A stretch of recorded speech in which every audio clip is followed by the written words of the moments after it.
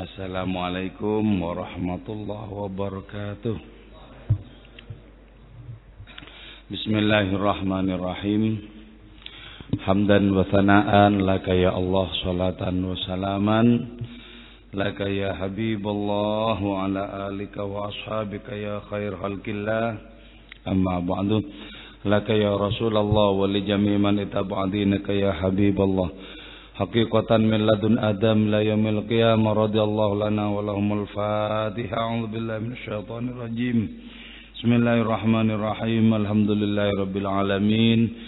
Arrahmanir rahim. Maliki yaumiddin. Iyyaka na'budu wa iyyaka nasta'in. Ihdinas siratal mustaqim. Siratal ladzina an'amta 'alaihim ghairil maghdubi 'alaihim waladdallin. Amin. لتقربنا إلى الله تعالى لمحبتنا إلى رسول الله صلى الله عليه وسلم لسلامتنا في الدين والدنيا والآخرة لقضاء ديوننا لقضاء حاجاتنا من هوائج الدنيا والآخرة تيسير أرزاقنا حلالا طيبا مباركا كثيرا وسع لشديدنا قلوبنا لشفاء أمراضنا ظاهرا باطنا دفع البلايا والمحن والفتن والأمراض الأسقام ولمنافعنا لمصالحنا لآل بيتنا وأولادنا وذريتنا وجوارنا أصدقائنا وجميع المسلمين والمسلمات والمؤمنين والمؤمنات الأحياء منهم والأموات والعز الإسلام والمسلمين بجودك يا الله بشفاعة نبيك يا الله ببركة أوليائك يا الله بأسرار الفاتحة. أعوذ بالله من الشيطان الرجيم. بسم الله الرحمن الرحيم. الحمد لله رب العالمين الرحمن الرحيم مالك يوم الدين إياك نعبد وإياك نستعين اهدنا الصراط المستقيم صراط الذين أنعمت عليهم غير المغضوب عليهم ولا الضالين. آمين. بسم الله الرحمن الرحيم. قال المصنف رحمه الله تعالى ونفعنا بعلومه ومدنا بأسراره وفاض علينا من بركاته وبكم آمين. Al-qalbu adapun hati, min hawasikah karena bisikanmu, mithlur ribabi ialah seperti rebab, alat musik, ar-ribab, rebab. Wa kullu qat'atin dan setiap potongan, min huraqikah dari bagian tubuhmu itu kibabun ialah daging panggang, kibabun daging panggang. Wa in kana dan jika ada al-ma'syuk siapa dia yang dicinta, samitan ialah diam, fi sya'ni alamina pada keadaan derita kami, fa inna fi samti maka sesungguhnya pada diamnya itu ma'syuk, mi'ata jawabin adapun 100 jawaban, wa jawabin dan jawaban. Pertama berkaitan dengan hati. Sumyal qalbu qalban litaqallubihi. Hati itu disebut qalb karena berbolak-balik. Berbolak-balik. Pada tingkatan pendakian rohani seseorang, hati itu berada pada tahap yang ketiga. Setelah sebelumnya itu ada qasr yang diartikan sebagai istana, yang kedua itu sadr, dada, yang ketiga itu qalb, hati. Apa yang disebut dengan istana itu sesungguhnya adalah adanya kemungkinan dalam diri kita untuk mencapai tingkatan yang sangat megah dalam dunia rohani. Jadi setiap manusia memiliki kemungkinan untuk memiliki istana rohani. Itu kemegahan di dalam dunia rohani. Yaitu ketika kita sudah tidak memiliki sangkut paut ketertarikan terhadap apapun yang selain Allah. Itu menjadi megah kita. Bisa menjadi seorang pangeran yang melampaui segala-galanya. Itu kemungkinan itulah yang disebut dengan sadr, tapi belum terrealisasi. Terus yang disebut dengan qasr. Terus yang disebut dengan sadr, dada. Ini diambil dari salah satu hadis qudsi. Banaitu fi jawfifni Adam qasran Aku bangun dalam diri manusia itu istana. Wa fil qasri sadron, dalam istana itu ada dada. Wa fis sadri qalban, dalam dada itu ada qalb hati. Wa fil qalbi fuadan, dalam hati itu ada hati yang sudah given, yang sudah jadi, yang tidak mungkin bolak-balik, namanya fuad. Wa fil fuadi hubban, di dalam fuad itu ada cinta. Wa fil hubbi syaghafan, dalam hub itu ada syaghaf, cinta yang terlalu. Wa fis syaghafi sirran, dan dalam syaghaf itu ada sir, rahasia keagungan Allah. Wa fis sirri ana, dalam sir itulah aku bersemayam, firman Allah. Nah, qalb ini berada pada tingkatan ketiga, di mana orang itu masih belum sampai kepada titik aman rohani. Karena masih bolak-balik, kadang-kadang sregep, kadang-kadang kabur. Jadi masih bolak-balik. Kadang-kadang khusyuk pikiran, terus kadang-kadang ngelamur kemana-mana dan lain semacamnya. Itu masih taqallub, bolak-balik. Tapi hati yang taqallub itu, ketika mendengar bisikan mau kekasih, hatiku berubah menjadi rebab. Jadi ketika Allah Ta'ala Maha Pecinta itu mendekat kepada kita dengan tajallinya, hati kita kemudian menjadi girang. Menjadi girang. Ingin rasanya dibagi-bagikan kebahagiaan ini kepada semesta. Setiap ketemu dengan apa saja atau siapa saja tersenyum untuk mengungkapkan bunga-bunga cinta dalam hati. Maka sebaliknya, ketika hati itu jauh dari tajalli ilahi sebagai yang maha pencinta, maka hati itu menjadi kerontang, lebih kerontang ketimbang gurun yang tidak kena hujan bertahun-tahun. Kerontang. Kau tahu hati yang kerontang, hati yang gelisah oleh persoalan-persoalan. Tapi hati yang cinta itu hanya memiliki satu kemungkinan, yaitu membagikan kebahagiaan kepada siapa saja. Nah, hatiku ini kekasih, lantaran bisikanmu berubah, tidak menjadi hati lagi, tapi berubah menjadi rebab, menjadi biola, menjadi harpa, menjadi segala alat musik yang sangat mengagumkan. Makanya ya, siapa yang paling musikal dalam kehidupan ini sebenarnya? Kehidupan yang paling musikal. Kehidupan para nabi paling musikal. Kehidupan para wali paling musikal. Di antara mereka kemudian mendendangkan keindahan cinta itu dalam bentuk tulisan, dalam bentuk tarian, dalam bentuk lukisan, dalam bentuk musik, dalam bentuk apa saja. Di antara mereka juga ada yang diam, menikmati dimensi musikal ilahi itu dalam hati mereka sendiri. Karena itu kalau di dalam syarahnya Mas Nabi Maulana Rumi, al-musik nafhatun ilahiyatun samawiyatun. Musik itu adalah hembusan angin langit keabadian datang dari Tuhan semesta alam. Kalau orang rohaninya bagus, dengarkan musik apa saja, dia bergetar karena musik itu. Kalau rohani tidak begitu bagus, orang itu masih pilih-pilih. Dengan ini bergetar, dengan itu tidak bergetar. Jadi pilih-pilih. Membutuhkan suasana, membutuhkan musik-musik yang mendukung untuk bisa bergetar. Tapi kalau hati sudah jadi, hati sudah terbentuk dengan kecintaan ilahiyat, dia akan bergetar dengan dimensi musikal apa saja. Bahkan bergetar dengan angin yang menghembus daun-daun. Bergetar dengan anak-anak kecil yang main musik secara serampangan, bergetar juga. Jadi orang yang hatinya sudah terbentuk itu bergetar biadna sababin, dengan sebab yang paling sepele dan remeh-temeh.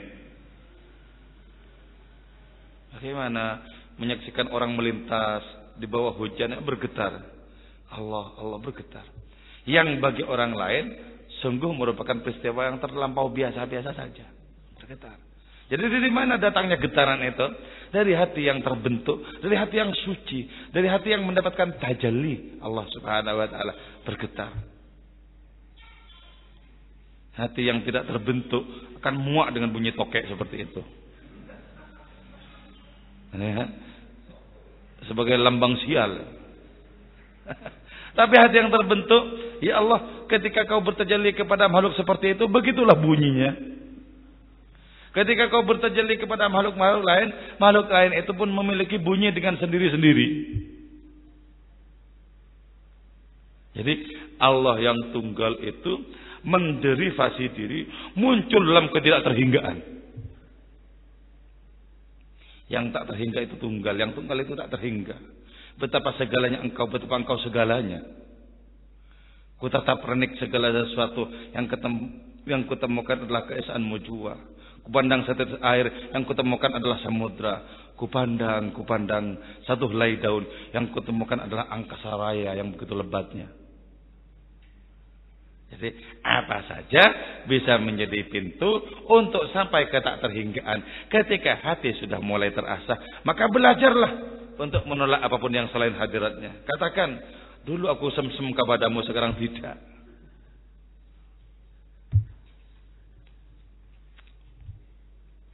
Jadi karena itu jangan gampang jatuh hati kepada makhluk-makhluk ya.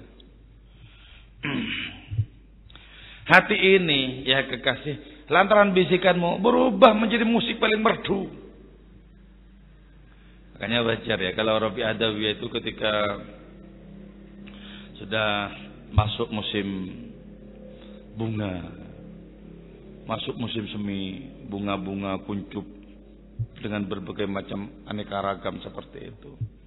Salah seorang bilang kepada Rabi, Tuhan, mari kita menyaksikan parade bunga-bunga, menampakkan keindahannya. Beliau bilang apa? Bunga-bunga di sini lebih indah ketimbang bunga-bunga di sana. Seluruh keindahan bunga-bunga di sana meminjam sedikit dari keindahan bunga-bunga di sini. Jadi ya, karena itu orang semakin lengket dengan Allah Ta'ala, semakin tidak memerlukan refreshing di luar. Refreshing di dalam sudah lebih dari cukup. Hatiku adalah taman bunga, hatiku adalah musim semi, hatiku adalah segala keindahan yang bahkan tidak bisa terucap oleh kata-kata. Ya, dari dalam itu. Wa kullu qat'atin min hurukika. Setiap bagian dari anggota tubuh yang sudah matang oleh bara cinta itu menjelma sebagai apa? Menjelma sebagai daging panggang. Orang yang seperti ini, orang yang matang hidupnya, dekati orang seperti itu pasti kita mendapatkan manfaat. Orang sudah matang. Orang yang sudah matang itu tugasnya cuma satu, memberikan kemanfaatan kepada siapa saja. Matang. Seperti buah yang matang, yang tidak menggoda anak-anak kecil untuk melemparnya. Kenapa? Sudah cukup jatuh sendiri, mempersembahkan hidupnya kepada kehidupan ini. Tapi buah-buah yang mentah, sebagaimana jiwa-jiwa yang mentah, membuat anak kecil gatal untuk melemparnya setiap hari. Dua. Jadilah jiwa-jiwa yang matang. Tu'ti ukullaha kullahinin bi'izni rabbiha. Memberikan buahnya setiap saat kepada sesama. Bi'izni rabbiha, dengan izin Tuhannya. Siapakah ya Allah yang berbuah? Engkaukah atau aku? Ketika kau ambil alih hidupku, sesungguhnya adalah engkau yang berbuah ke dalam kehidupan ini. Maka aku saksikan engkau berpendar di mana-mana, tampil dalam rupa ini dan itu, muncul dalam siapa dan siapa.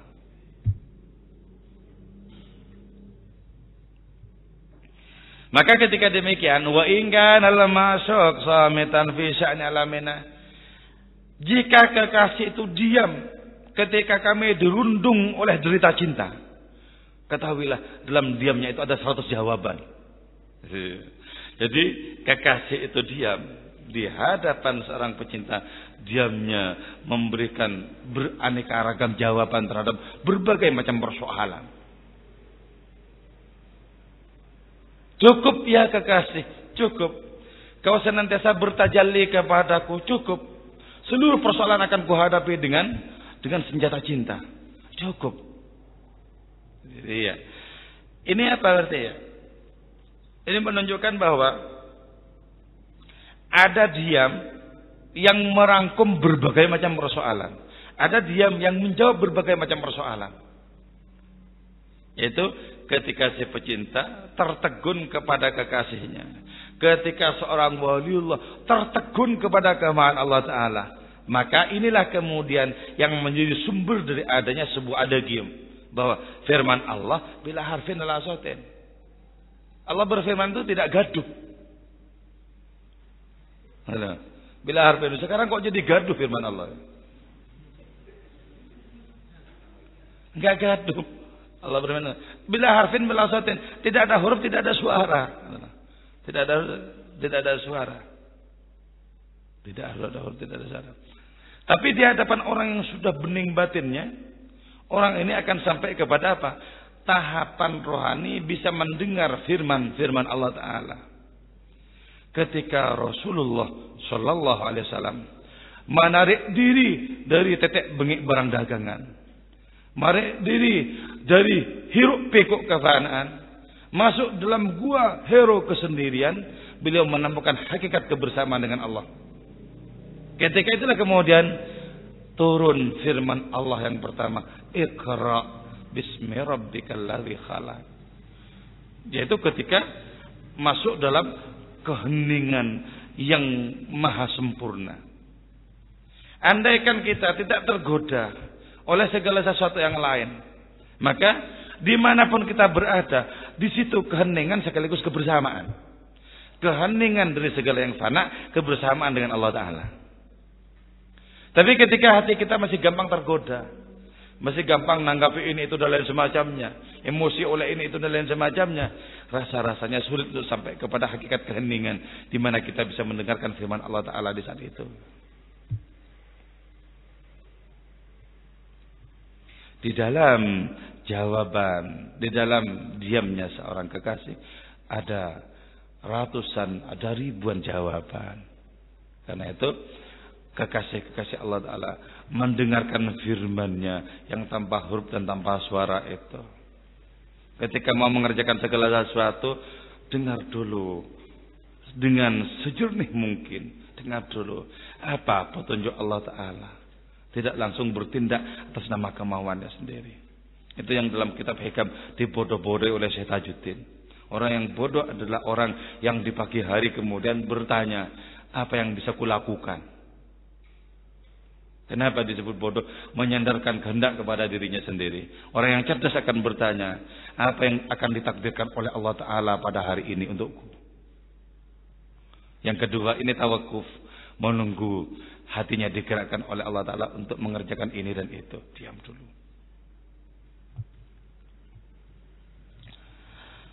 Min sawti Israfil zahara ribab. Dari trompet malaikat Israfil zahara menjadi tampak ribab, apa? Itu musik rebab. Trompet Israfil. Trompet kebenaran. Trompet ditegakkannya ketentuan Allah Subhanahu wa Ta'ala. Trompet Israfil. Trompet Israfil itu memiliki dua fungsi.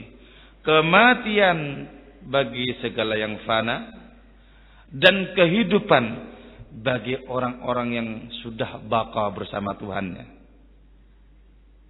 Dua. Fungsinya dua. Kematian bagi segala yang sia-sia, kehidupan bagi segala yang bermakna. Ketakutan bagi orang-orang yang hengkang menjauh dari Allah Ta'ala. Debar-debar cinta bagi orang yang mendekat kepada Allah Ta'ala. Di Persia itu ya, ulang tahun orang-orang Persia, bangsa Persia itu, ada namanya Hari Niros. Hari Niros. Di Hari Niros itu orang-orang di sana itu membunyikan trompet, gendang dan lain semacamnya. Ketika sampai di Hari Niros itu, orang-orang yang sudah jatuh hati kepada Allah di antara para wali itu langsung berkata, apa ini sudah hari kebangkitan? Kenapa sampai berkata begitu? Karena dari saking kuatnya berharap kebangkitan itu segera terjadi. Apa ini sudah kiamat? Apa ini sudah kebangkitan? Apa itu trompet Israfil? Jadi karena itu orang-orangnya Allah Ta'ala itu sungguhnya sudah tidak betah di dunia yang centang berenang seperti ini. Wah, segala sesuatu sudah selesai, sudah rampung. Apa ya? Sudah rampung. Kalau tidak karena ditugasi oleh Allah Ta'ala untuk bertahan, sudah tidak tertarik sebenarnya. Apa coba? yang bikin kita menarik, apa yang mendebarkan dalam hidup ini? Rampung sudah. Rampung. Cuman gitu-gitu aja dari hari ke hari kan. Selesai. Yang belum selesai itu apa? Yang belum terjadi itu apa? Percintaan paling mendebarkan. Di mana kita sebagai seruling kembali kepada rumpunnya asal bambu itu.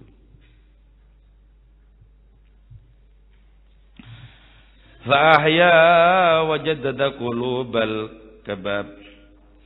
Dengan trompet Israfil itu kemudian hidup kembali hati yang sudah terpanggang oleh bara cinta. Cinta itu panas loh. Cinta itu panas. Panas. Karena itu kalau orang jatuh cinta, betapa sangat sulit untuk bisa tidur. Sulit untuk bisa tidur. Orang jatuh cinta itu. Panas soalnya. Cinta itu panas. Panas. Membara. Orang seperti Habib Abdurrahman Segaf ya. Itu 33 tahun enggak tidur. Baik siang maupun malam loh. Kenapa? Bara cintanya begitu kuat. Jadi orang-orang yang cintanya sudah membara itu tidurnya makin jarang. Dikit-dikit terkejut. Kenapa? Ketika tertidur melintas bayang-bayang kekasih. Na'am sarataifu man ahwa fa'arraqani wal hubbu ya taridul ladzati bil alamin. Na'am, ya. Sarataifu man ahya fa'arraqani. Memang betul melintas bayang-bayang orang yang aku cintai itu. Karena itu kemudian aku tidak bisa tidur. Dan sungguh cinta itu menukar kenikmatan dengan penderitaan. Karena itu kita perlu nekat ya. Nekat melompat kepada jurang dan derita cinta itu seperti apa sih tersiksanya oleh cinta itu. Dia apa? Kalau tidak bisa jatuh cinta kepada Allah, jatuh cintalah kepada lain jenis. Itu awal mula bagaimana kita belajar jatuh cinta kepada Allah. Kalau kepada makhluk saja tidak bisa jatuh cinta, apalagi kepada Allah Ta'ala. Ya apa? Jatuh cinta jangan yang biasa-biasa, yang agak membabi buta. Jangan takut untuk ditolak. Gak usah takut untuk ditolak. Seorang pecinta sudah tidak memiliki rasa malu lagi. Nggak usah takut. Jatuh cinta kok sopan.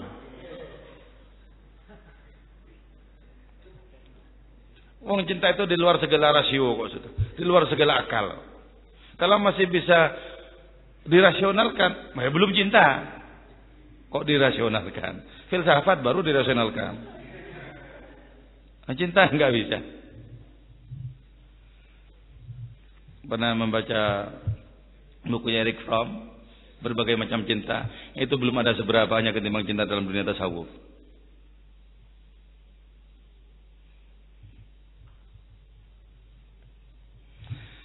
Jadi dengan adanya trompet Israfil itu, dengan adanya trompet kepastian di mana seseorang bisa pindah dari alam kesadaran menjadi masuk ke alam cinta. Maka hati yang sudah terpanggang oleh rasa rindu kangen kepada kekasih itu dan menjadi hidup lagi. Karena itu seorang pecinta berevolusi berkali-kali, terus lahir kembali. Nah, sebab itu dalam dunia rohani itu ya, kita belajar untuk sering-sering lahir kembali, lahir secara kesadaran. La yalijas sama malam yulad marratain, kata Nabi Isa. Tidak mungkin bisa menembus langit kalau orang tidak dilahirkan minimal 2 kali. Pertama dari rahim ibu dilahirkan. Yang kedua lahir dalam bentuk kesadaran yang baru. Saudara yang baru. Dekat-dekatlah dengan orang yang diutus oleh Allah Ta'ala untuk menjadi bidan bagi kelahiran rohani-rohani. Maka kita akan mengalami lahir kembali, baru kembali. Kita bisa merasakan barunya kehidupan yang kita alami. Baru lagi. Seorang sufi melakukan sholat berkali-kali. Dan pada setiap sholat itu dia sudah merasakan dirinya yang lain lagi. Itulah sebabnya mereka tidak pernah gentar dengan kematian. Sebab apa? Ketika mereka diminta untuk memasuki kematian, mereka berikan kepalanya satu persatu dan mereka hidup lagi dengan kesadaran yang baru lagi. Itu kenapa Syekh Husain bin Mansur Al-Harad kok tidak pernah gentar dengan kematian. Aku punya perjanjian dengan kekasihku, kata Syekh Husain. yang hanya terjadi di sana, di gantungan, tidak terjadi di tempat lain.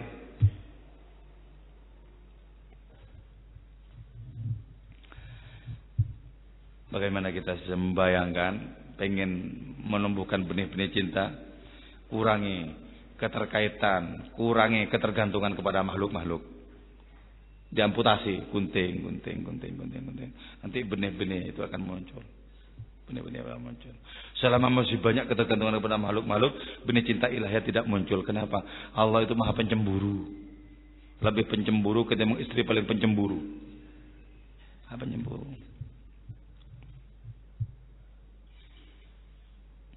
Ahwalul ashki wa awsabuhu allati ghariqat wa faniyat tala'at min qaril ma'ikal asmak. Ahwalul ashki, adapun kondisi cinta, wa awsabuhu, dan derita-derita cinta, allati ghariqat, yang tenggelam, wa faniyat, dan fana. Tala'at, muncul itu ahwalul ashki min qaril ma', dari dasar air kal asmak, sebagaimana ikan-ikan. Jadi cinta dengan berbagai macam penderitaannya itu mengalami evolusi terus menerus, ngelungsungi terus menerus itu. Jadi karena itu orang yang jatuh cinta tidak akan pernah betul-betul mengalami mati. Kenapa? Nabi kita sampai hari ini tetap hidup, jasadnya sudah dikubur di Madinah, tapi beliau masih menjawab salawat salam kita sampai hari ini. Menjawab salam kita hari ini, masih mengetahui kondisi umatnya sampai hari ini. Kenapa? Hidup karena ada ruh cinta di dalamnya. Orang bisa saja berumur pendek tapi usianya panjang. Ketika Nabi Yahya meninggal, umurnya cuma 29 tahun.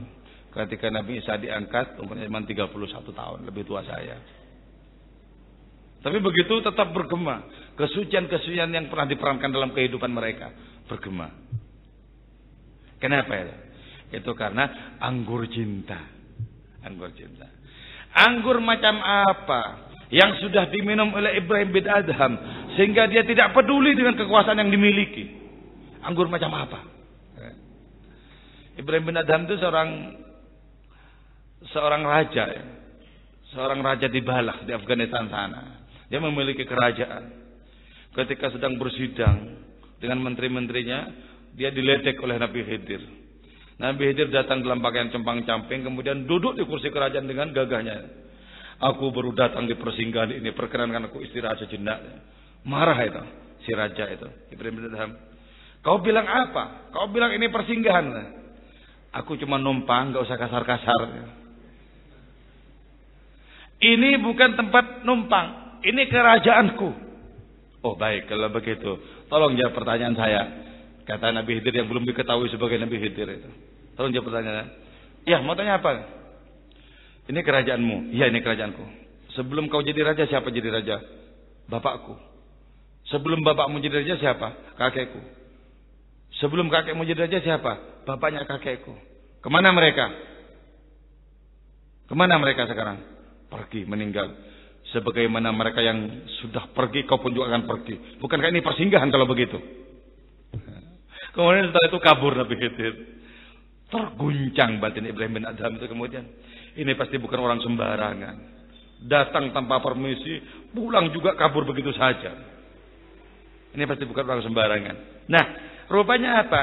Nabi Khidir datang ke sana itu apa? Memberikan anggur cinta, arak cinta secara diam-diam. Itulah kemudian dia tidak peduli dengan kerajaannya. Selama tinggal segala yang fana, tinggal segala yang huru hara semata-mata, kutinggalkan semua ini. Langsung berjalan kaki datang ke Mekah. Untuk apa?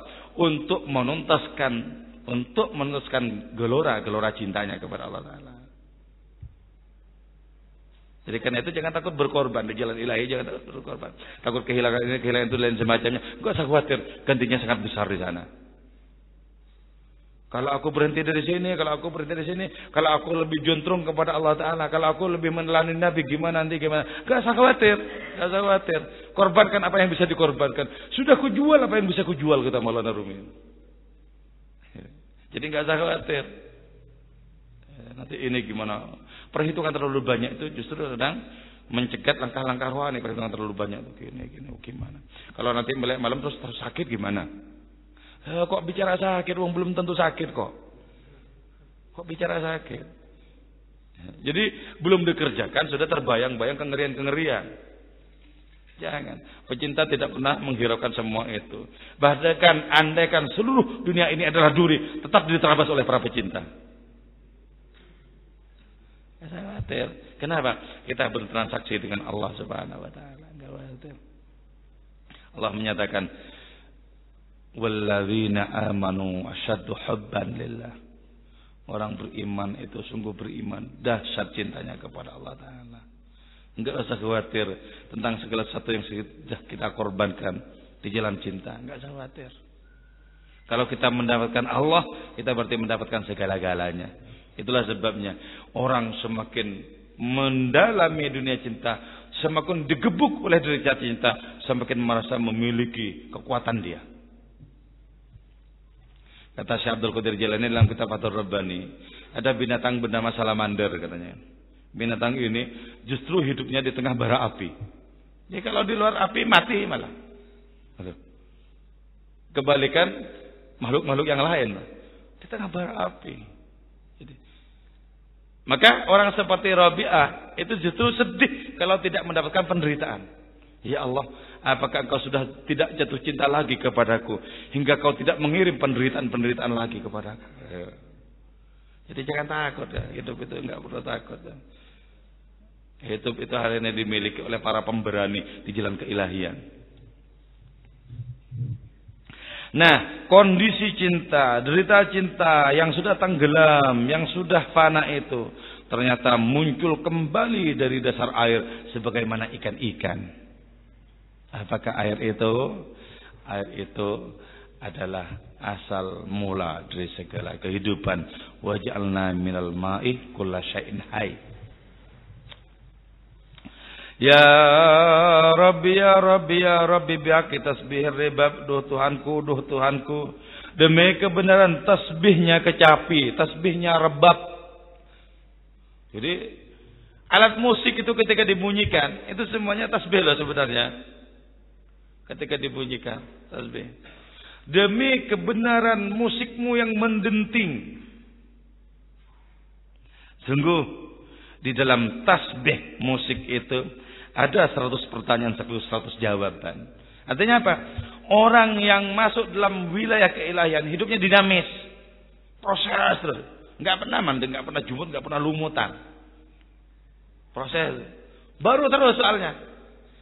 Tantangan sebabnya. Allah Ta'ala itu bertajalli dalam 2 waktu dengan yang sama. Enggak bisa. Allah Ta'ala Maha Kaya. Sekarang bertajalli, nanti lagi, lain lagi, terus lain lagi. Itu yang membuat Rasulullah Sallallahu Alaihi Wasallam merasa terbingung-bingung, tapi penuh dengan kenikmatan. Sampai beliau kemudian berdoa, Rabbi zidni tahayyuran. Ya Allah, anugerahkan kepadaku rasa bingung yang mengagumkan itu. Jadi Allah Ta'ala membingungkan, tapi membingungkan dengan sangat memberikan kenikmatan di dalamnya. Allah Ta'ala tidak terbatas, tajallinya juga tidak terbatas. Allah Ta'ala setiap saat memperkenalkan diri. Hanya hati-hati yang bersih saja yang bisa mengenal, yang bisa memahami Allah memperkenalkan diri. Ya Rabbi ya Rabbi ya Rabbi bi qalbil kibabi, dengan hati daging yang terpanggang itu, wal ainil mamlu'ati bil ma, dan mata yang penuh dengan air mata. Nahnu aktsaru jaisanan, kami sesungguhnya lebih gempar min syarabidinan, dari minuman dalam tong. Oh Tuhan, oh Tuhan, oh Tuhan, oh Tuhan. Dengan adanya hati di dalam daging yang sudah terpanggang oleh bara cinta ini, dengan adanya mata yang penuh dengan derita air mata, sungguh ya Allah, kami lebih menggemparkan ketimbang arak dalam tong itu. Jadi makanya ya, para sahabat itu banyak yang mabuk Nabi loh. Mabuk Nabi. Ketika turun firman Allah Ta'ala, idza jaa nasrullahi wal fath wa ra'aitan nas yadkhuluna fi dinillahi afwaja. Kau lihat Muhammad, orang-orang datang berbondong-bondong masuk dalam agama Allah. Kenapa? Karena terpukau oleh Nabi itu loh. Kenapa? Beliau itu adalah orang yang paling lengkap menerjemahkan kehadiran Allah Subhanahu wa taala. Terpukau oleh rahmatnya Allah yang berada pada diri Nabi. Datang berbondong-bondong, datang berbondong-bondong. Yang paling saya herankan ya, sebagaimana ditulis dalam kitab-kitab sirah Nabi itu ya. Ada orang datang dari pedalaman dengan rambut klimis dibelah dua. Kayak zaman dulu tuh ya. Jadi sisirnya separuh ke kanan, separuh ke kiri. Zaman dulu. Di zaman Nabi sudah ada model rambut begitu. Nah, orang yang rambutnya dibelah dua ini datang ke masjid di Madinah dengan tidak turun lagi dari untanya. Terus orang ini bilang apa? Mana yang anaknya Abdul Muthalib sana, walaupun cucu di Arab itu dibilang anaknya. Nabi langsung tunjuk, ngacungkan tangan. Saya katanya. Apa betul kamu Muhammad? Betul. Apa betul kamu utusan Allah? Betul. Coba dong, tolong ajarkan kepada saya pokok-pokoknya apa. Jadi tetap tidak turun dari unta itu. Terus tidak turun di unta. Sahabat-sahabat itu sudah ini orang tidak tahu sopan santun. Diam, sabda Nabi, diam. Jadi sahabat-sahabat mau merespon cara yang dianggap tidak sopan itu, oleh Nabi dibilang diam, diam. Terus disampaikan oleh Nabi pokok-pokok ajaran Islam itu. Setelah disampaikan, baik, akan sampaikan kepada umat saya, kepada kaum saya. Pulang orang itu dengan tidak diketahui namanya siapa, dari mana juga nggak tahu. Tapi setelah orang itu yang rambutnya dibelah dua itu pulang, Nabi kemudian bersabda, kalau orang itu betul-betul mengamalkan apa yang kusampaikan, dia dengan kaumnya selamat. Saya ngasih garansi.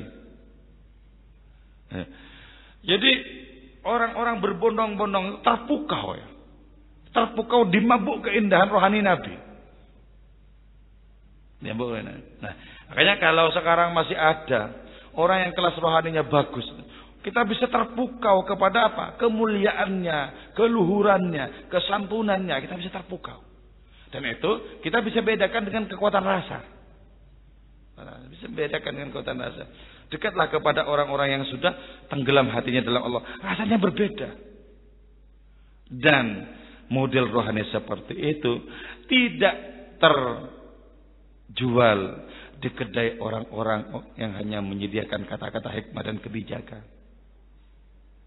Dan orang-orang seperti itu makin tidak ada. Orang-orang seperti itu makin tinggal sisa-sisa. Yang ada apa? Gemuruh kata-kata. Ketika agama sudah menjadi tontonan di mana-mana. Gemuruh kata-kata. Ketika benih-benih cinta sudah semakin sulit untuk tumbuh kembali. Jiwa-jiwa manusia menjadi kerontang seperti padang-padang Sahara. Di mana-mana guyub berbagai macam kebaikan, pengajian dan lain semacamnya. Tapi di mana-mana pula kemudian moralitas semakin amburadul. Apa sesungguhnya yang terjadi? Lihatlah saja itu tontonan-tontonan itu. Saksikan dengan baik-baik sembari bisa menyimak, ya Allah, inikah sesungguhnya alur takdirmu itu bagi kehidupan. Kita bisa menyimaknya dengan miris. Ini zaman sungsang ya. Nah, ketika orang sudah matang batinnya oleh penderitaan cinta ilahiyat, maka orang itu merasakan gemuruh di dalam dirinya. Gemuruh yang sulit untuk bisa dipahami walaupun bisa dirasakan. Gemuruh yang menawarkan tajalli-tajalli Allah Ta'ala. Gemuruh yang menawarkan keagungan-keagungan Allah Ta'ala. Gemuruh. Gemuruh ombak di laut sana tidak ada apa-apanya dibandingkan dengan gemuruh orang yang jatuh cinta kepada Allah Ta'ala. Bergemuruh. Bahkan lebih bergolak ketimbang arak yang berada dalam tong, ketimbang khamr yang ada dalam tong. Bergolak lagi, bergolak lagi. Cinta hanya bisa tenang dengan ditebus melalui satu jalan, itu perjumpaan.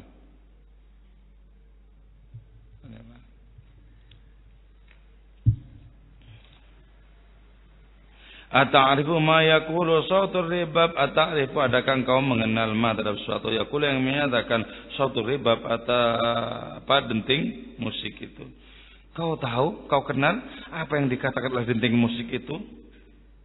Yaqulu mengatakan denting musik itu apa? Alhiqni, temuilah aku. Artinya apa? Temukan keindahan di dalam hidupmu. Temukan keindahan yang abadi, keindahan yang tidak rusak oleh waktu. Temukan keindahan yang hakiki itu. Ketika kau temukan keindahan abadi dalam hidupmu, kau berarti akan memulai perjalanan menuju kepada Allah Ta'ala. Jadi kita tahu, kita serius sampai kepada Allah atau tidak, itu kalau kita sudah merasakan keindahan rohani dalam diri kita. Secuil keindahan rohani dalam diri kita adalah tanda bahwa kita mulai berjalan serius kepada Allah Ta'ala. Tapi ketika tindakan-tindakan keagamaan kita masih pamrih, pengen ini, pengen itu, dan semacamnya. Karena itu kalau di Madura sering saya sampaikan bahwa penceramah itu tidak usah mengharap, membayangkan saja kasih amplop sudah batal ceramahnya. Sudah batal. Sudah batal. Kenapa? Menukar sesuatu yang agung dengan sesuatu yang fana. Sudah batal. Apalagi ditarik-tarik. Dan transaksinya dengan Allah di mana kalau begitu, coba? Batal. Kalau sudah batal di dalam dirinya seperti itu, ya, apa bisa melahirkan orang-orang yang kemudian makrifat kepada Allah Ta'ala? Ya bisa, kalau Allah Maha Kuasa. Tapi di antara 1001 belum tentu ada. Jadi kita paham kemudian sekarang kenapa santri-santrinya Mbah Khalil semuanya jadi aulia, ya, rata-rata itu. Jadi semua. Kenapa? Karena tidak ada setitik debu pun pamrih makhluk itu sudah ada. Transaksinya dengan Allah Ta'ala semata-mata. Enggak ada yang gagal. Padahal waktu itu bangunannya ya cuman pondok-pondok dari kayu-kayu itu. Musholanya cuman segitu. Enggak seperti sekarang yang mentereng-mentereng itu. Loh kok jadi? Ayolah. Kok jadi? Karena tidak ada pamrihnya sama sekali. Wa ma as'alukum alaihi min ajr in ajriya illa ala rabbil alamin. Jalan dakwahnya adalah jalan dakwahnya para nabi yang tidak mengharapkan apapun kepada makhluk, kepada manusia kecuali kepada Allah Ta'ala. Kalaupun itu ada, mengharapnya kepada Allah. In ajra illa ala rabbil alamin. Batal. Apalagi pakai makelar-makelaran. Jangan dikira nggak ada buahnya loh sekarang pakai makelaran-makelaran. Nah itu bagus sekali. Jadi ternyata ketika diusut itu makelarnya ternyata. Iya, saya berkali-kali ketemu dengan makelaran begitu. Nanti nyatut nama-nama besar. Ini kemarin sih bulan ini kemarin ceramah bersama dengan Habib Lutfi. Ternyata Habib Lutfi itu kagum. Jadi bawa jadi besar. Jadi mau ngangkat yang dia bawa itu. Diangkat. Itu makelaran.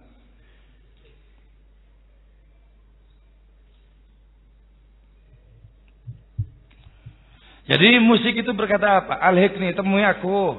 Wabda'is sayrah. Mulailah perjalanan fitarik di dalam cinta keilahian. Ayo mulai perjalanan. Coba ada yang memulai nanti. Melek coba seberapa tangguhnya. Melek. Bukan main kartu tapi ya. Melek sholat. Sampai berapa tidak kuatnya coba. Sampai berapa. Jadi jangan berhenti kecuali ambruk sendiri coba. Wah, dipaksakan. Mana kok cintanya nggak muncul-muncul. Dulu soalnya ya, para sufi itu banyak loh yang dalam sehari itu sholat sunnahnya itu sampai 1000 rakaat. Jadi kalau berhenti berarti kan ambruk sendiri. Ketika masih ada kesadaran tetap sholat. Imam Abu Hanifah itu ya, Imam Hanafi itu. Imam Hanafi. Itu setiap malam ya, dari maghrib sampai isya itu menghatamkan Al-Quran dengan sholat sunat. Terus setiap siang dari duhur sampai asar menghatamkan Al-Quran dengan sholat sunat juga.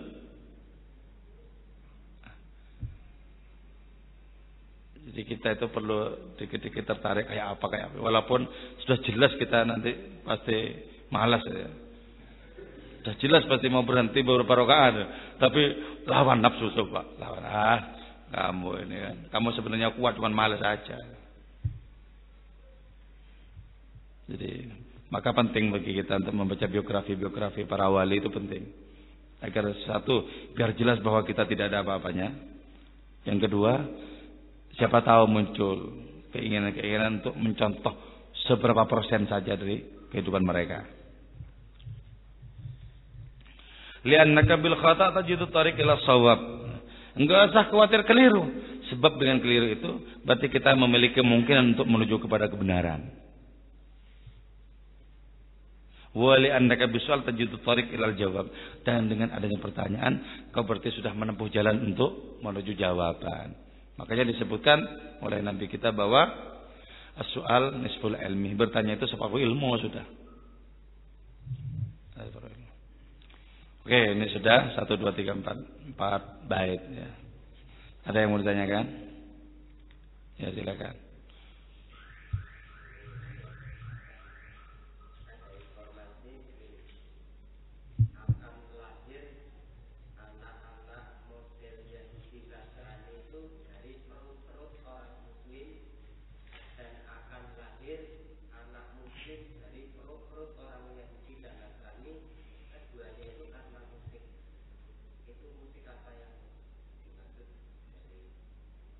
Itu kata-kata siapa?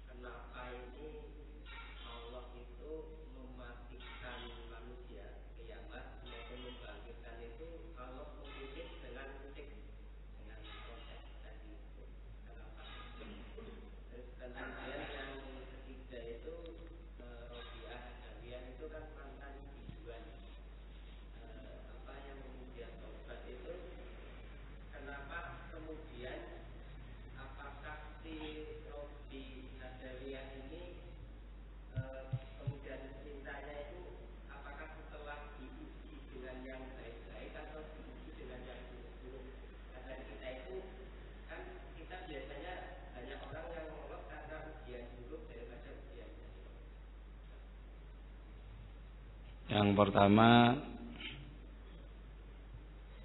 tentang kalau lahir dari kalangan umat Islam, orang-orang yang berwatak Yahudi Nasrani, iya. Artinya itu merupakan bagian dari degradasi kualitas umat manusia.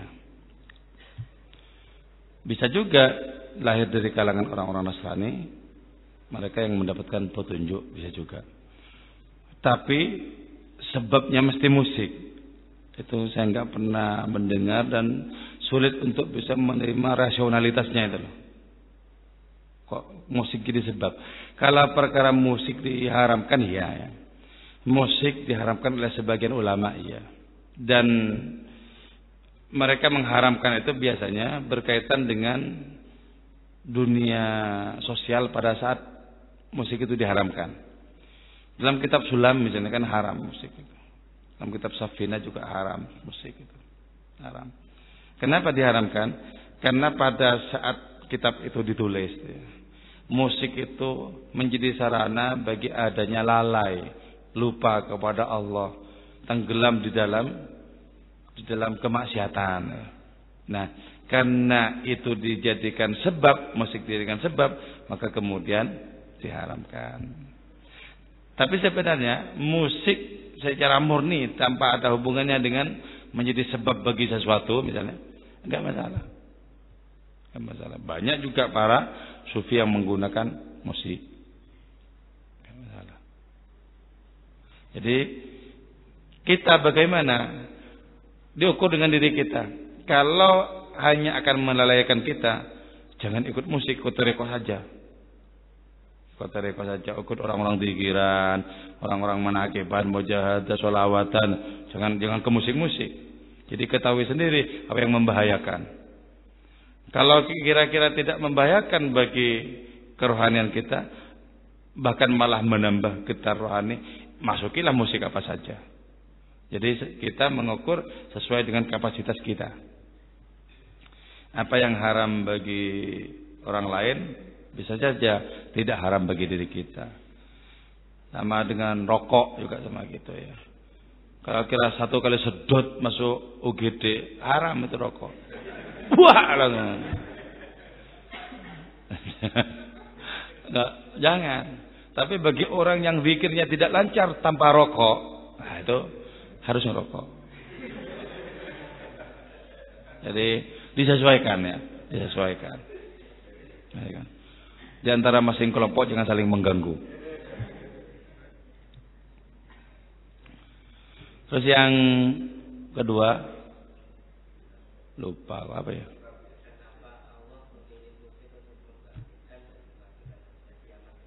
Nah sebenarnya seluruh kehendak Allah itu tidak bisa disodori pertanyaan kenapa. Allah ya terserah aku mau pakai apa. Kok kamu rewel itu? Jadi seluruh keputusan Allah Ta'ala itu enggak bisa dimasuki kenapa sebenarnya. Jadi pertanyaan kenapa itu terlampau sepele, tanpa lemeh dihadapkan kepada kehendaknya. Kan sama saja nanti kita tanya ya, kenapa kok kita dikasih kuping 2, apa hidung kok 1, misalnya. Coba kalau seperti dasa muka, itu enggak pakai kenapa? Sudah terima apa adanya. Tapi kalau hikmahnya apa bisa kita telusuri. Jadi biasanya alasan-alasan itu dicari kemudian. Itu pun juga belum tentu pas. Misalnya kalau mau dipaksakan, kenapa kok pakai trompet misalnya? Nah, karena itu adalah sarana untuk bisa memastikan. Memastikan apa? Memastikan seperti yang tadi itu ya. Orang yang senantiasa berada dalam telaga kebenaran justru makin hidup dengan trompet itu. Orang yang tenggelam dalam kebatilan menjadi musnah dengan trompet itu pula. Ya. Tapi itu juga cuman ngarang-ngarang aja ya. Itu tidak bisa kita pastikan karepnya Allah gitu, Pak. Ya, enggak tahu. Terus yang ketiga, yang Rabi'ah ya. Rabi'ah gimana? Ujiannya ya. Ujian penderitaan, ujian kenikmatan. Kalau Rabi'ah itu ujiannya penderitaan. Rabi'ah itu anak keempat, karena itu disebut Rabi'ah. Dia lahir di satu malam ketika bapak ibunya itu mengalami peceklik parah. Bangkrut sebangkrut-bangkrutnya. Ketika lahir di malam hari, ibu yang baru melahirkan anak bernama Rabi'ah ini, ibunya bilang sama bapaknya Rabi'ah, sama suaminya, tolong Pak carikan minyak tanah untuk diuruskan di pusatnya biar tidak infeksi. Bapaknya Rabi'ah ini pura-pura keluar rumah. Kemudian setelah keluar agak lama pulang. Dia bilang, "Bu, tangga-tangga sudah pada tidur, enggak enak." Padahal bukan itu alasannya. Alasannya itu bapaknya Rabi'ah itu sudah bersumpah tidak akan pernah minta kepada manusia. Saking tauhidnya kuat ya. Tidak mau minta kalau tidak kepada Allah. Kalau manusia kepada manusia bekerja boleh, tapi kalau minta enggak pernah minta kepada manusia. Itu menunjukkan tauhidnya kuat, bergantungnya kepada Allah Ta'ala. Dalam keadaan paceklik, dalam keadaan kekurangan, dalam keadaan bangkrut seperti itu, di malam itu tertidur itu, kemudian dengan menahan lapar bapaknya Rabi'ah itu tertidur. Ketika tertidur itu Nabi datang dalam mimpinya. Nabi bersabda dalam mimpi itu, anakku, jangan sedih ya, jangan sedih. Sebab anak yang baru dilahirkan oleh istrimu itu kelak di hari kiamat bisa memberikan syafaat kepada 70.000 di kalangan umatku. Nah, karena itu ya, Rabi'ah itu kelaminnya perempuan, tapi rohaninya dibandingkan dengan kita saat masjid itu lebih laki-laki Rabi'ah. Ya, kelaminnya perempuan. Kita kan kelaminnya laki-laki, tapi rohaninya perempuan. Kenapa disebut perempuan? Karena ditumpai sama iblis. Laki-laki kok ditumpai? Berarti kan perempuan. Jadi Rabi'ah itu kelaminnya yang perempuan, rohaninya lebih dari 100 laki-laki. Jadi karena itu kita mestinya malu ya. Kelaki-lakian kita itu seringkali casing, gimana? Laki-laki tidak betul-betul tangguh di jalan keilahian, tidak tangguh. Dikit-dikit kelepek kalah terhadap nafsunya sendiri, terhadap setan, kawan-kawannya, kelepek, ini gampang sekali ditumpai.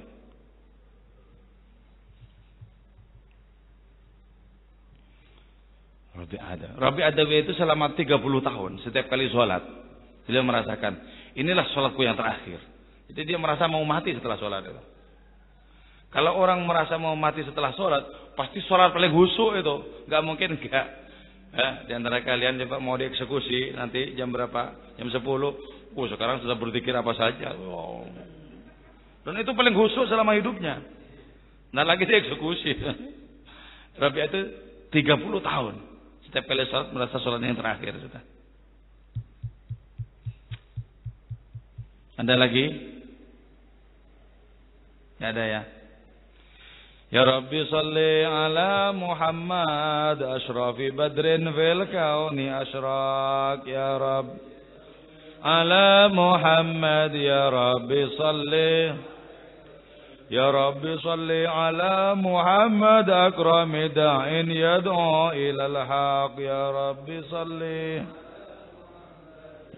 bisalli alaihi wasallam يا رب صل على محمد المصطفى الصادق المصدق يا رب صل يا رب صل عليه وسلم يا رب صل على محمد أهل الورى منطقا وأصداق يا رب صل يا رب صل عليه وسلم يا رب صل على محمد أفضل من بالتقى حقق يا رب صل عليه وسلم يا رب صل على محمد من بالسخاء والوفاء تخلق يا رب صل يا رب صل عليه وسلم يا رب صل على محمد واجمع من الشمل ما تفرق يا رب صل يا رب صل على محمد وصل وسهل ما قد تعوق يا رب صل يا رب صل عليه وسلم يا ربي صل على محمد وافتح من الغير كل مغلق يا ربي صل يا ربي صل عليه يا ربي صل على محمد آله ومن بالنبي تعلق يا ربي صل يا رب صل على محمد عليه ومن بالحبيب يعشق يا رب صل يا رب صل عليه وسلم يا رب صل على محمد ومن بحبل النبي توثق يا رب صل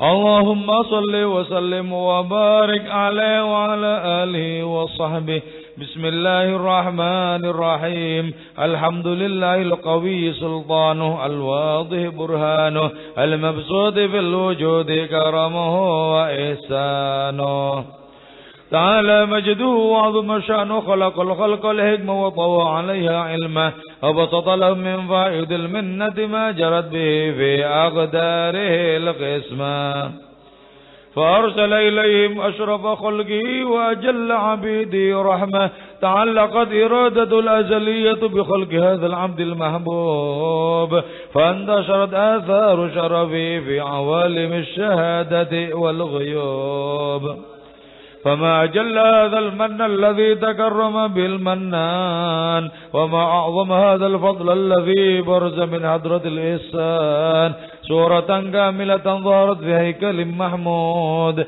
فتعطرت بوجودها أكناف الوجود وضرجت برد العوالم بدراز التكريم اللهم صل وسلم أشرف الصلاة والتسليم على سيدنا محمد الرؤوف الرحيم اللهم صل وسلم وبارك عليه وعلى آله وصحبه فحين قرب ونود هذا الحبيب أعلنت السماوات والأرضون ومن فيهن بالترحيب وأمطار الجود الإلهي على أهل الوجود تثج وألسنة الملائكة بالتبشير للعالمين تعد سبحان الله والحمد لله والله أكبر سبحان الله والحمد لله ها إلا الله والله أكبر سبحان الله والحمد لله والله أكبر والقدرة كشفت غنى هذا المستور ليبرز نوره كاملا في عالم الظهور نورا فاق كل نور وأنفذ الحق حكم على من أتم الله عليه النعمة من خواص الأمة أن يحضر عند وضع أمة تأنيسا لجناب المسعود ومشاركة لها في هذا السماط الممدود فأضرت بتوفيق الله السيدة مريم والسيدة آسيا ومهما من الحور العين من قسم الله له من الشرف القسمة الوافية فهذا الوقت الذي رتب الله على حضور وجود هذا المولود فانفلق صبح الكمال من النور عن عمود وبرز الحامد المحمود مذعنا لله بالتعظيم والسجود صلى الله على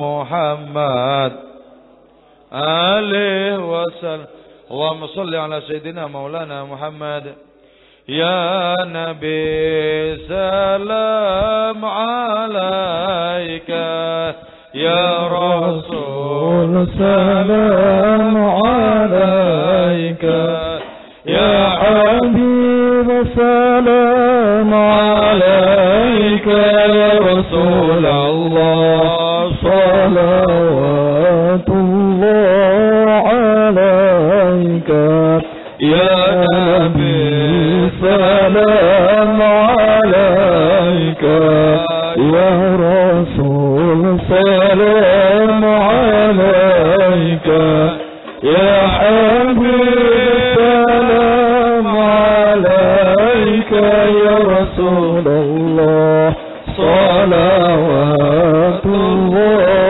عليك أشرق الكون بديهاً بوجود المصطفى أحمد ولآل الكون أنس يا رسول الله وسرور قد تجدد يا نبي سلام عليك يا رسول سلام عليك يا حبيب سلام عليك يا رسول الله صلوات الله عليك فضربوا يا المذاني فهزروا يوم غرد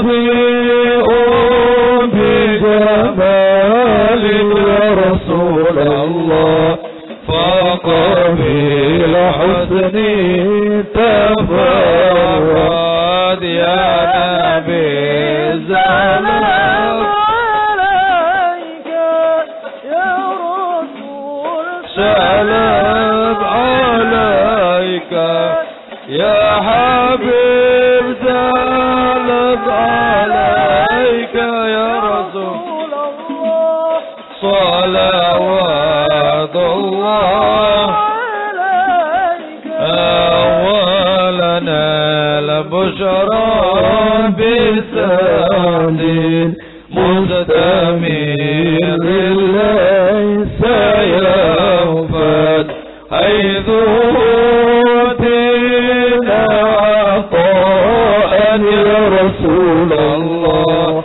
جمع الفخر مؤبد يا نبي سلام سلام عليك يا حبيب سلام عليك يا رسول الله صلوات الله فلرب كل حمد جل أن يصوره العد اذهبنا بوجوه يا رسول الله هدي محمد يا نبي سلام عليك يا رسول سلام عليك يا حبيب سلام عليك يا رسول الله صلوات عليك مرحبا يا رسول الله أهلا مرحبا بك إن بك نسعد مرحبا مرحبا يا نور عيني مرحبا مرحبا جد الحسين مرحبا وبجاهي يا إلهي مرحبا جد وبلغ كل مقصد مرحبا مرحبا يا نور عيني مرحبا مرحبا جد الحسين ودينا نجا سبيلي مرحبا مرحبا كيده نسعد ونور الشاد مرحبا مرحبا مرحبا يا نور عيني مرحبا مرحبا مرحبا جد الحسين مرحبا مرحبا ربي بلغنا بجاهي مرحبا مرحبا بيده خير مقعد مرحبا مرحبا مرحبا يا نور عيني مرحبا مرحبا مرحبا جد الحسين مرحبا مرحبا وصلاة الله إذا شاء أشرف الرسل محمد والسلام يستمر كل حين يتجدد صلى الله على محمد مرحبا صلى الله عليه وسلم مرحبا صلى الله على محمد مرحبا صلى الله عليه وسلم مرحبا يا رسول الله جئنا يا الله يا قاصدنا يا الله ربي فاغفر لي ذنوبي يا الله ببركة الهادي محمد يا الله أجي منك الشفاعة يا الله عند رب العالمين يا الله ربي فاغفر لي ذنوبي يا الله ببركة الهادي محمد يا الله البدر علينا من ثنيات الوداع وجب الشكر علينا بدعا لله إذا طلع البدر علينا من ثنيات الوداع وجب علينا ما دعا لله إذا طلع البدر علينا من ثنيات الوداع وجب الشكر علينا ما دعا لله إذا طلع البدر علينا من ثنيات الوداع وجب الشكر علينا ما دعا لله إذا مرحبا يا مرحبا يا نور عيني مرحبا جد الحسيني مرحبا مرحبا مرحبا يا مرحبا يا نور عيني مرحبا حسيني مرحبا مرحبا صلى الله على محمد صلى الله عليه وسلم صلى الله على محمد يا ربي صل عليه وسلم يا نبي سلام يا رسول سلام عليك يا حبيب سلام عليك صلوات الله عليك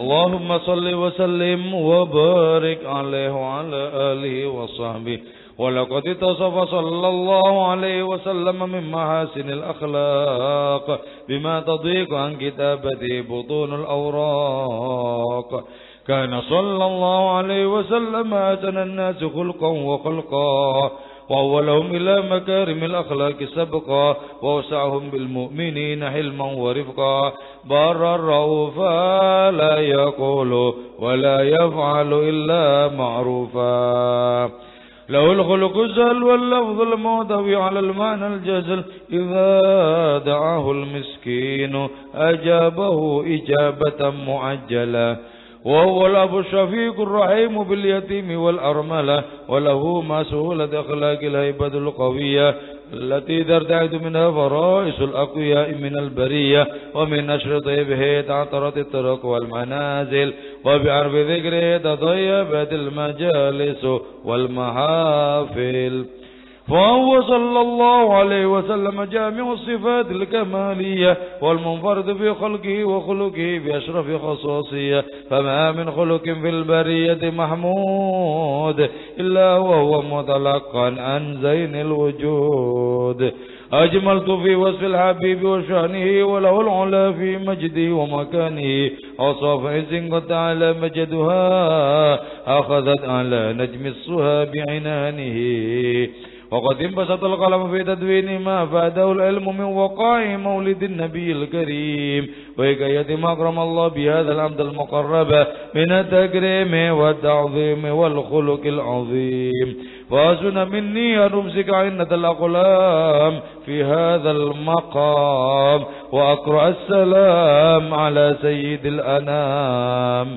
السلام عليك أيها النبي ورحمة الله وبركاته السلام عليك أيها النبي ورحمة الله وبركاته السلام عليك أيها النبي ورحمة الله وبركاته وبذلك يحسن الختم كما يحسن التقديم فعليه أفضل الصلاة والتسليم اللهم صل وسلم أشرف الصلاة والتسليم على سيدنا ونبينا محمد الرؤوف الرحيم اللهم صل وسلم وبارك عليه وعلى آله وصحبه آمين يا الله يا رحمن يا رحيم أنت الجواد العليم وأنت نعم المعين آمين يا الله أنت الجواد الحليم وأنت نعم المعين